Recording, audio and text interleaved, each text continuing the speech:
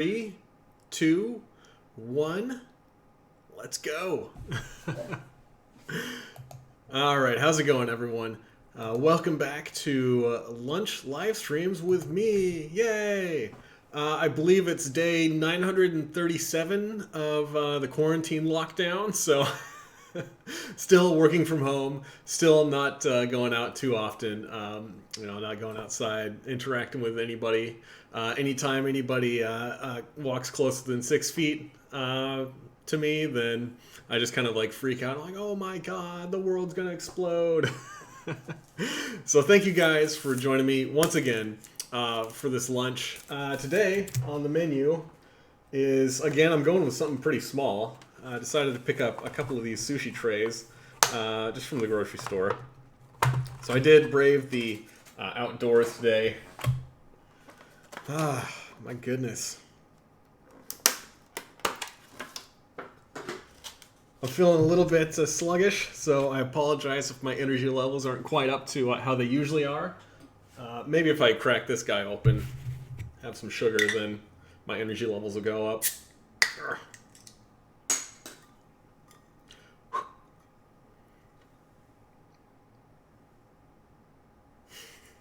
Diuretics, Mexican soda made with real sugar. Oh my goodness, those things are so good. Such interesting flavors too. I do like that. I don't drink a whole lot, so I don't have too many bottle openers, but I have run a lot of these Ragnar races, and their medals are all bottle openers. So I've got a couple of bottle openers for finishers medals for some of the races that I've done. Oh my goodness. So we have been in lockdown for several weeks now. I think we're going into week 9, 10, something like that of quarantine. So I want to check in with you guys. Like, how are you guys doing? Is everybody surviving out in the world, different parts of the world? How does it look like across the Atlantic Ocean in Europe? How is it in other states in America? I am really curious to know how everybody's faring during this quarantine lockdown. Hopefully people are starting to get back into work. I know that in America there was this push to basically write everybody in America a $1,200 check to help float them while they're not working or while they're being furloughed or something like that. Oh my gosh, it has been so long since I've had sushi. I've been making a lot of like my own food at home, so unfortunately most of the stuff that I have is just like packaged. Or, gotten from a restaurant. And sushi doesn't really hold up too well if you get it from a restaurant and then eat it later. Or, get it delivered or something. So I saw these at the grocery store. I was like, it's not going to be the best. That's all right. It's been too long since I've had sushi. So here we go. A nice crunchy roll. And there's so much stuff on these, like, Americanized sushi rolls that don't even need soy sauce. Oh, my goodness. This thing is just falling apart.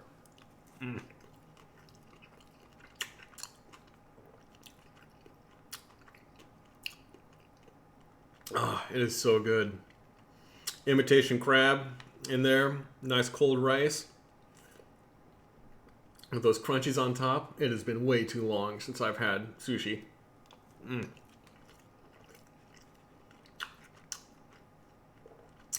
Like I said, not the best. You're usually supposed to eat sushi basically the moment that it's made. So having some rolls that I bought a couple hours ago are probably made this morning. Not the best, but it's still good. It'll do. It will do.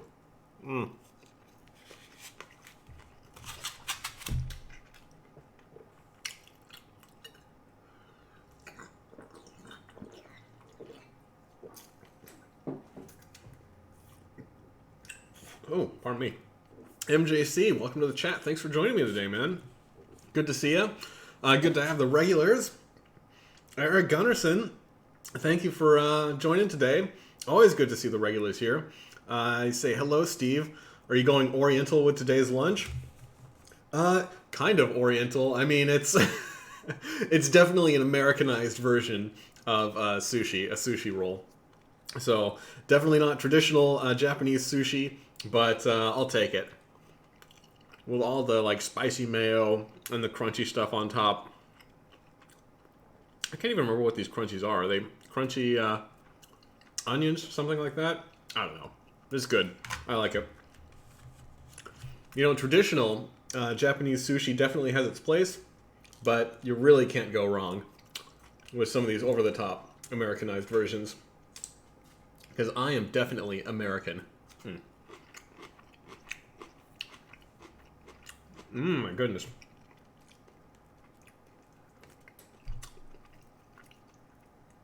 Oh my gosh.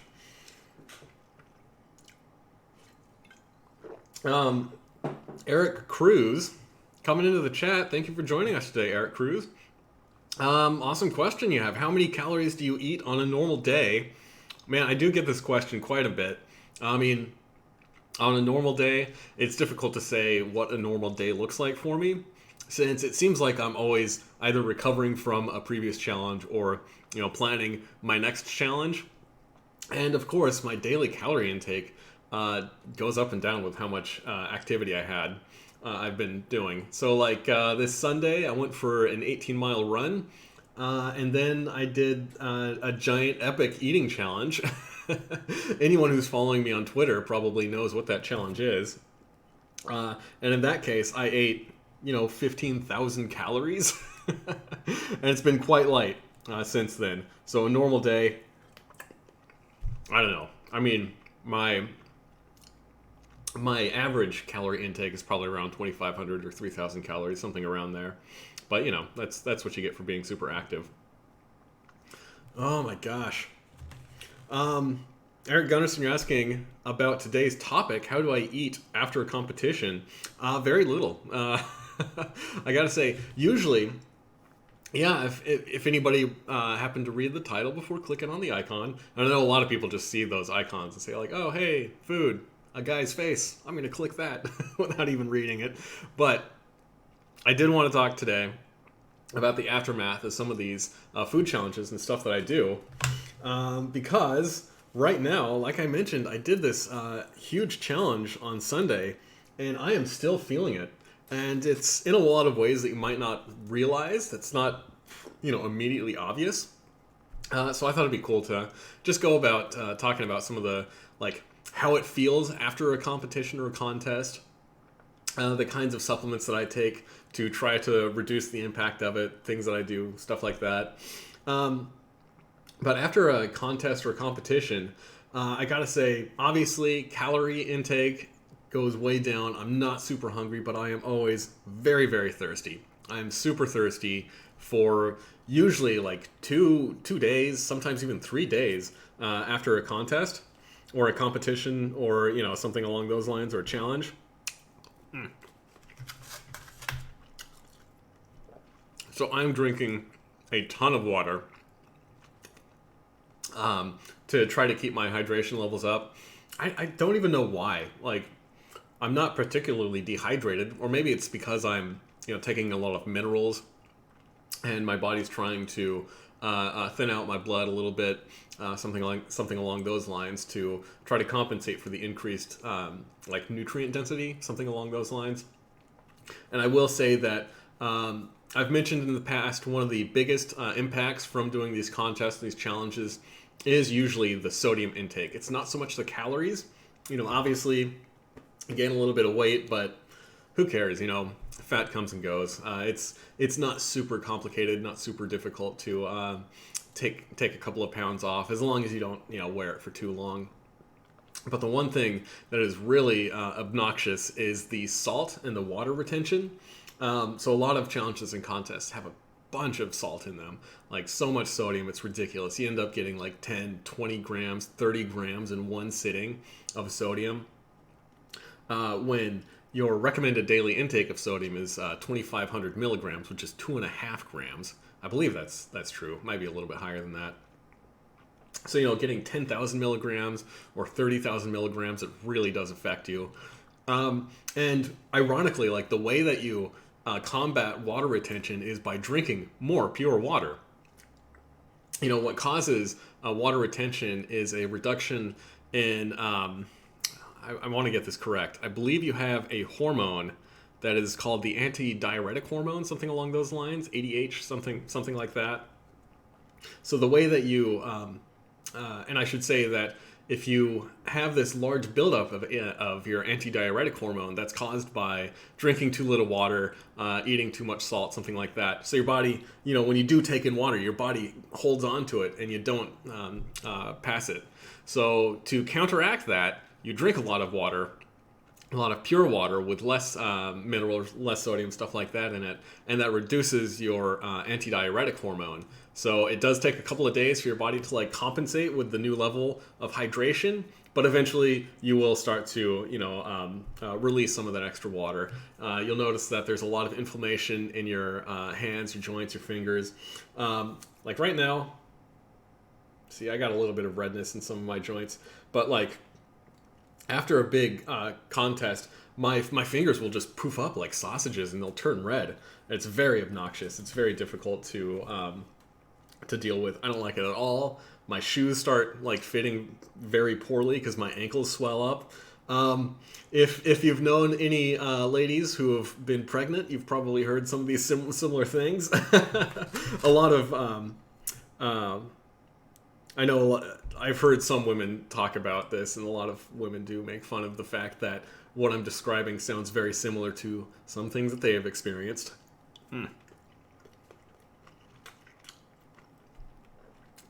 Now you can take diuretics and stuff like that to flush out some of the excess water in your body, force it out, but I would strongly discourage doing much of that. I found that doing something like that, taking a supplement or some kind of pharmaceutical to force your body into a certain state, a lot of times your body will bounce back even harder the opposite direction. So if you do take a diuretic, what'll happen is your body will, a couple of days later, your body will hold on to water even more so. So it's pretty bad.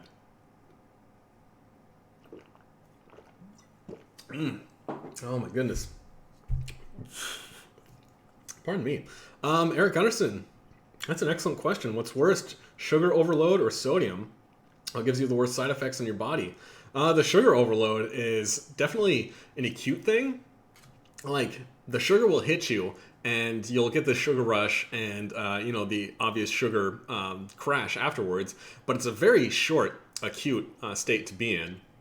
I mean, it's honestly, if you don't have anything big going on the rest of the day and a sugar crash hits you, whatever, lay down, take a nap. It's not actually that big of a deal.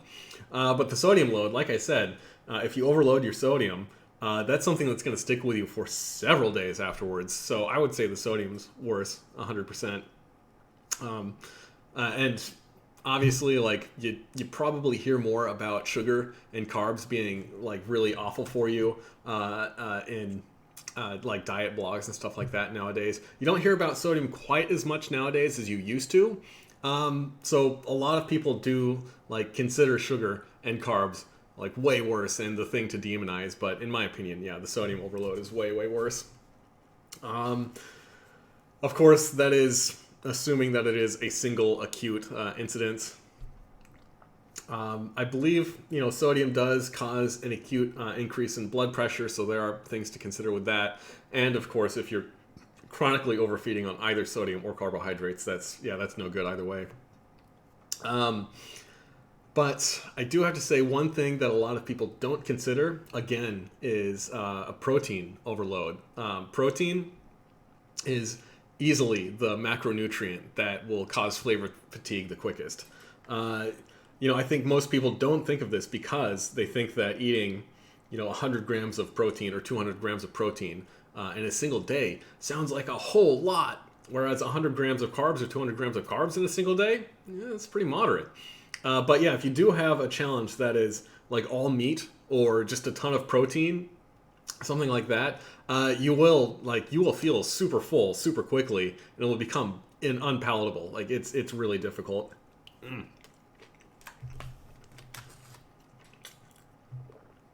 That and protein overload does. MJC, since you asked about protein overload, yeah, and it does affect your digestion and the way that you feel later.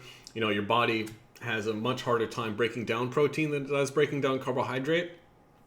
I mentioned before that the human body is excellent at digesting carbohydrate. You can go through 60, 70, 80 grams of carbohydrate in an hour, and your body can just tear through it really, really well.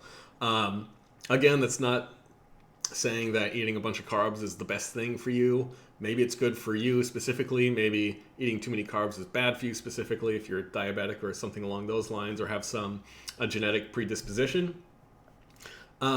But your body's only able to digest about 10 grams of protein an hour. So if you do overeat on protein, that sticks with you. It makes going to the bathroom really unpleasant, things along those lines.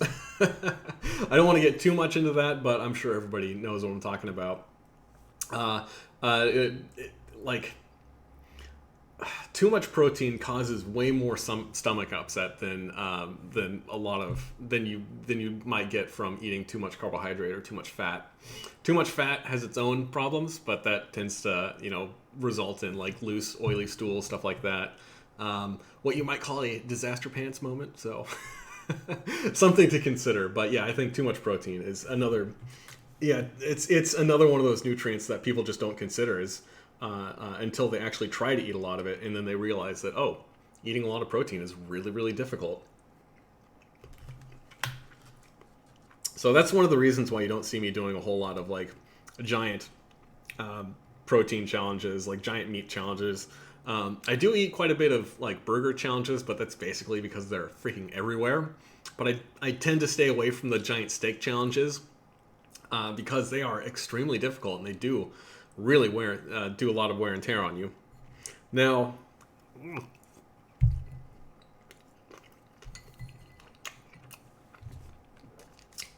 when it comes to doing any of these, I've got a couple of supplements that I use. Got some glare there. Come on. Yeah, it's difficult to see what that is. But Nature's Way Blood Sugar Metabolism Blend. This is one that I use. Basically, this is one of those things that if you do take some of this before eating a carb-rich meal or protein-rich meal, it keeps your blood sugar from spiking up too high, so the subsequent crash is a little bit less. It's a little bit less as bad as it could be. That's a really poor way of articulating it. It is not as bad as it could be, the subsequent crash. There we go. And these are, let's see, what have we got in here? Cinnamon is pretty effective. It's got some gymnema, but I believe gymnema is something that reduces the how much sweetness you can actually taste. So I don't know that gymnema actually does a whole lot in this. It does have bitter melon extract, which is, in my experience, the most effective insulin mimetic to try to reduce the blood sugar spike that you get from eating a carb-rich meal. So yeah, usually I take 1 or 2 of these before a challenge, maybe 1 or 2 after a challenge. Do not take one of these on an empty stomach. Do not take anything like this on an empty stomach, because it will crash your blood sugar and you will be out of it for the rest of the day. And another thing that I keep with me anytime I'm traveling for a contest or just to do some challenges, antacids. I'm not not dogmatic about the brands that I use, not brand loyal. This is just some store brand antacids. I do like the Safeway Select store brand, basically because they don't, basically because they don't have any artificial sweeteners in them. Some of the store brand antacids do have artificial sweeteners in them, but I do try to avoid those. I found that artificial sweeteners, they can slow down digestion a little bit. But if I do have a full stomach right before bed, I'm guaranteed to have heartburn. I'm guaranteed to wake up in the middle of the night feeling like my esophagus is on fire. So I'll take a couple of those before bed if I've got a full stomach. Oh my goodness. Let's get back to the chat. Straight out of Crestvoss. Sup, pimp? Fist bump. MJC says the excess protein is supposed to be turned into sugar. It is turned into sugar. The way that protein is metabolized into energy is it's broken down into the amino acids that a lot of people are probably familiar with. That's a word that a lot of people are probably familiar with. But the molecular structure of an amino acid is very similar to the molecular structure of a carbohydrate, with a little bit of extra nitrogen on the side. So your body just sweeps off some of that extra nitrogen and turns it into glucose, and then it metabolizes it just like sugar. Now the problem with this is that it is a very long and very energy intensive process. So although technically 1 gram of protein or 1 gram of amino acid has 4 calories of potential energy inside of it, your body uses about 40 to 50% of that energy just to turn it into a form that it can use as energy. So that's why a lot of people will advocate a high protein diet for weight loss, because in order for your body to actually burn it as energy or to store it in adipose tissue, your body is only like actually storing half that energy, give or take, whereas the other half of the energy is spent just getting it to the point where it can metabolize it. So yeah, that's a process called gluconeogenesis, and that's basically the reason why protein is so much more difficult to burn than sugar, or so much more that's the reason why your body can't burn it as quickly or as efficiently as it can burn carbohydrate or sugar. It's because gluconeogenesis, like, it takes a lot of energy, it takes a lot of time. I'm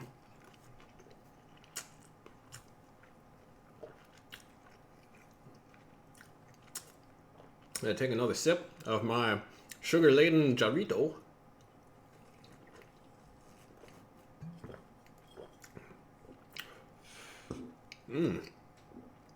Try not to drink your sugar too much. 1 bottle of this, 140 calories, 36 grams of added sugars, which is 72% of my recommended daily intake of added sugar. But that's all right, because I don't know, because I don't eat too much sugar when I'm not on camera, I guess. I feel like I'm a decently healthy guy. But yeah, one of the things that, or I should say that there are lines of supplements out there that will help you digest food a lot more quickly, and these are one of the most common forms of these supplements are digestive enzymes. Now, an enzyme is anything that will increase the rate at which any chemical reaction will happen. That's generally the general term for that is metabolism. Now, metabolism, speaking from a chemistry standpoint, just refers to any chemical process at all. Most people do think of metabolism as getting energy from food, stuff like that. But yeah, it can refer to just any chemical process at all, including turning carbohydrate and protein and fat into energy. Pardon me. So a digestive enzyme is one of these things that you can take, and it'll sit, I believe it sits in your stomach and a little bit in your upper, like, small intestine, and it'll just help break down the food that you eat more quickly. Now, they come in many, many different forms. The ones that are very important are lipase. Obviously, that's the enzyme that'll break down lipids. Protease is the enzyme that'll break down protein. And there are lots of different enzymes for different kinds of carbohydrate. You can get lactase will break down milk sugar, or lactose. What else? I'm sure there are lots of other ones that I'm not able to think of off the top of my head.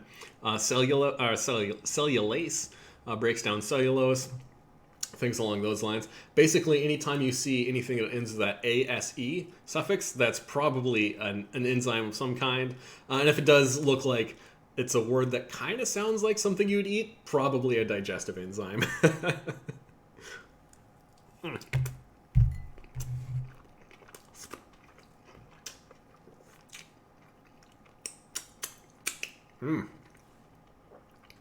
It's kosher to eat sushi with your hands, isn't it? You don't have to use chopsticks.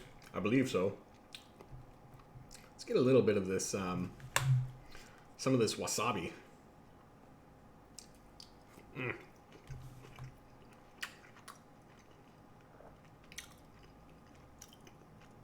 Oh my goodness. Oh, that'll clear the sinuses. Woo! Oh, I could do a wasabi challenge, and I think that would be a heck of a challenge in and of itself. But yeah, there are lots of different kinds of supplements that you can use.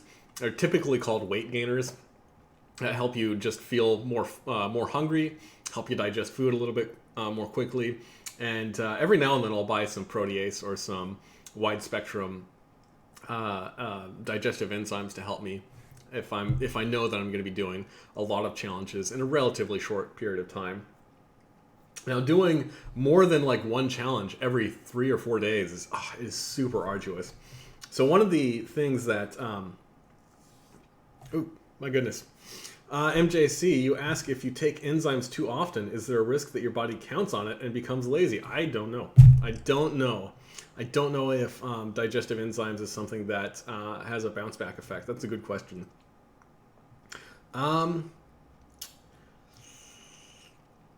Yeah, it's a good question. I don't know. I mean, your body obviously can stop making lactase enzyme, so eventually, most people eventually will get to the point where they just need to take it as a supplement just to digest food much at all. Let's see. Something else that you could take is a supplement that is escaping my mind right now. Let's see if I can find this real quick. It is a Betaine HCL. That's the one I'm thinking of. Betaine HCL is another supplement that you can take, which is like the opposite of an antacid. This is the kind that you would definitely not want to take right before bed, because if you take Betaine HCL, it will actually cause your stomach to produce more hydrochloric acid. Which, or more stomach acid, I should say. I don't actually know if it is hydrochloric acid in your stomach, but whatever. It will create more acid in your stomach, thus, quickening your digestion. So Betaine HCL, not one that I use, but definitely one that you could definitely look at.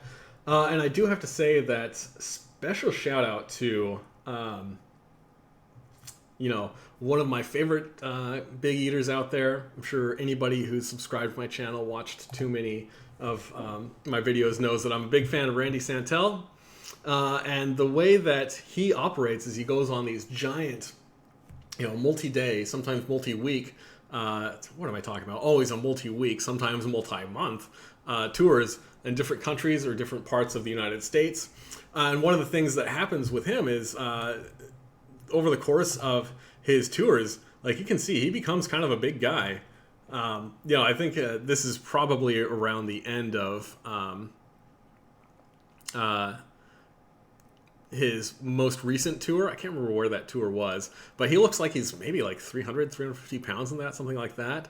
And then between his big tours, he'll, go on these epic workout, like weight loss journeys to try to get rid of some of that weight. And you see that he gets, to a point where he's not nearly as large as he used to be. So there are ways where you can, understandably, weight gain does happen if you do too many contests, too many challenges in a short period of time. But, for the most part, that weight gain is definitely not permanent. The way that your body looks is kind of a function of the way that you live in the recent couple of weeks. So obviously, any gain or any weight that you do gain, you can lose if you do have the intention to do so, and if you've got the right strategies to do so. MJC, you say Randy seems like a cool and a nice guy. Yeah, he definitely is. I was very happy to be able to meet him when he came through Seattle. And when the camera's on, I got to see the way that he operates during a challenge, when he's going around after a challenge, making sure that he's speaking with every single person at a restaurant that wanted to see him. Really cool guy. And then when the camera's off and he's a little bit more mellow than, you usually see him in his videos. But again, just a totally cool guy, stand-up guy. Randy Santel just recently hit 1 million subscribers on YouTube, I believe. So big congrats to him. Good job, man. Okay. I think that's going to be it for my spiel for the day. I got a couple of pieces of sushi left. See if I can chomp down on some of this sushi before the half-hour mark. Ow.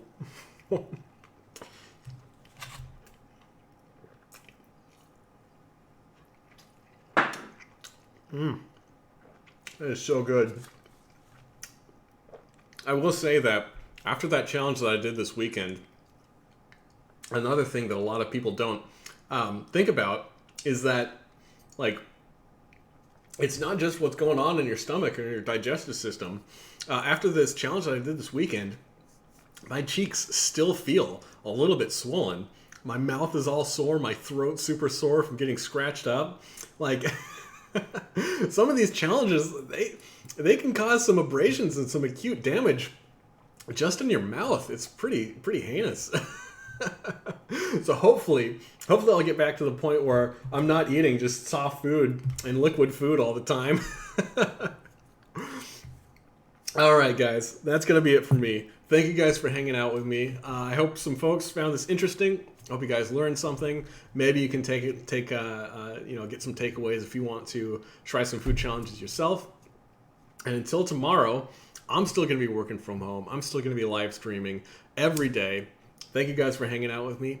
Peace out. You guys take it easy. Catch you later.